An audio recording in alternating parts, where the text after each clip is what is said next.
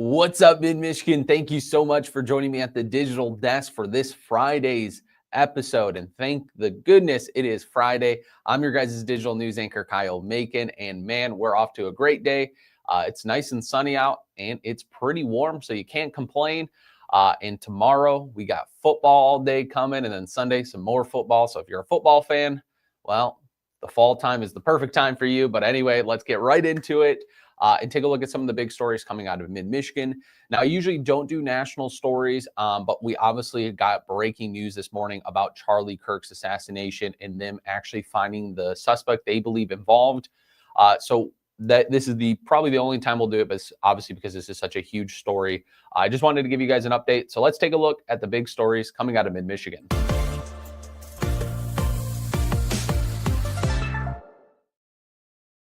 Alrighty. So like I said, guys, I usually don't do national stories, but just because this is such a huge story and just such a sad story, I just wanted to give you guys an update that police and the FBI believe they've captured the suspect involved in the assassination of Charlie Kirk.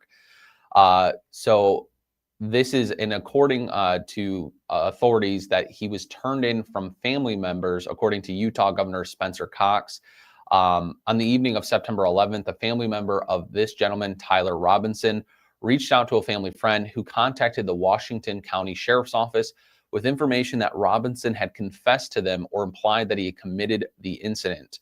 Tyler Robinson, 22 of Utah, was identified by Cox as a suspect and stated that investigators interviewed a family member who said the suspect had become more political in recent years.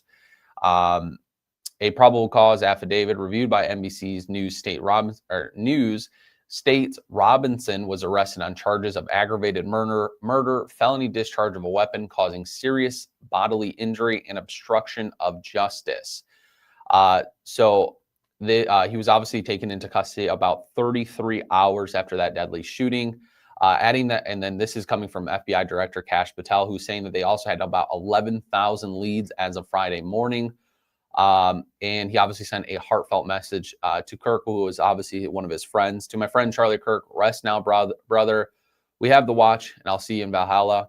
Cox told reporters that he believed Robinson acted alone in the shooting, but the investigation is ongoing. So we don't have we do not at this time have any information that would lead to additional arrests. So obviously, just wanted to give you guys an update on that.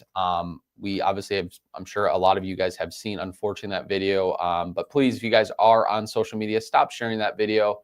Instead, if you're going to share anything about Charlie Kirk, probably share a picture of him and his family, because that video we just don't need to see anymore. It's just terrible, an absolute tragedy, and yeah, just terrible. And moving over, guys, the last few days have been just filled with absolute craziness and trauma and all that for many people. We've had a lot of breaking news the last 2 days, from shootings nationally to here in Genesee County to, the Saginaw area as well. But so I just wanted to bring you guys some good news, and there's two really good stories, and I'm going to leave one of my favorite ones for the last, but this one's really cool. A sensory room aims to make Detroit Lions games more inclusive for fans with autism. So I love it. They're making a sensory room. So if you are at the Lions game, you can bring someone in here, and it's kind of a little bit easier for them, especially with a lot of the noises and stuff that go on at the games. As the Detroit Lions prepare for the 2025 home opener against the Chicago Bears this Sunday, Ford Field Sensory Room is returning for its third season. The room helps make game day experience more inclusive for fans with autism, ADHD, sensory sensitivities, and anxiety. So the sensory room is operated in partnership with the Hope Network Center for Autism. It offers a quiet, supportive environment where guests can regulate, decompress, and rejoin the stadium experience at their own pace. So staffed by trained Hope Network professionals say that the room includes noise-canceling headphones, fidget kits, color-changing walls, and sensory swings, all designed with a therapeutic intent. And Hope Network expects more than 100 guests to utilize this room this season. So if you guys are out at the Lions game, the room is located near guest services at Gate A and is open for every Lions home game and other large-scale events at Ford Field. So I'm going to guess, obviously, those concerts and stuff like that they also host.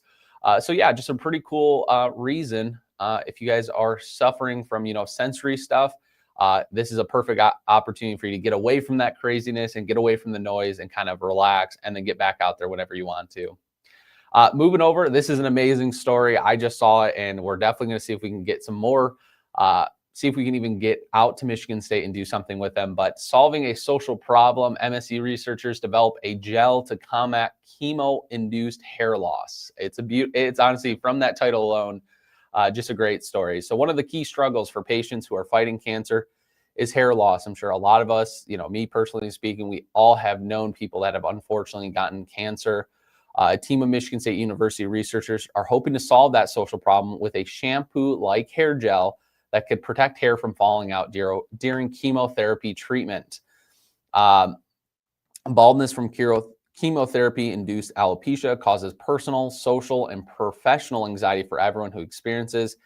Currently, there are a few solutions. The only ones that are approved are cold caps worn on the patient's head, which are expensive and have their own side effects, including headaches, chills, and nausea.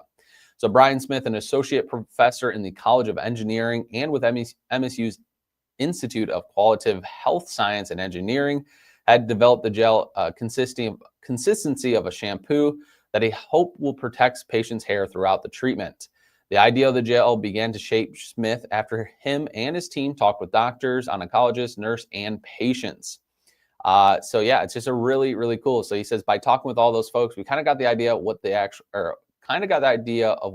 design, what the parameters of the actual design, how something that went on the head to save a patient's hair would look like. So up front, we didn't know exactly what it should be, but as we learned more and more from these medical professionals, we started to brainstorm a number of types of things.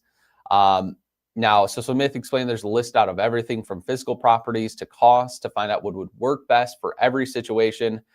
The gel is a hydrogel, which absorbs a lot of water and provides long-lasting delivery of drugs to patients' scalps.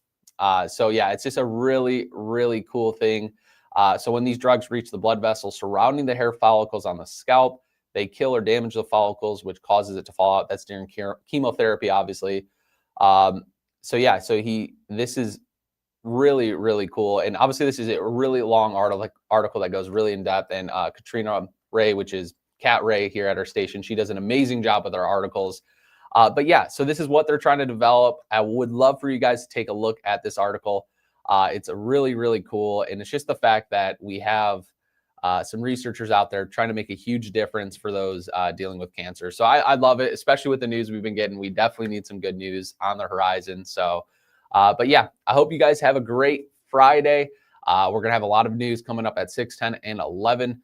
I'll be personally working on Suicide Awareness Month, talking to a family member that lost a son from suicide and how she is using that terrible incident to actually spread awareness to it and try to break down the stigma of suicide.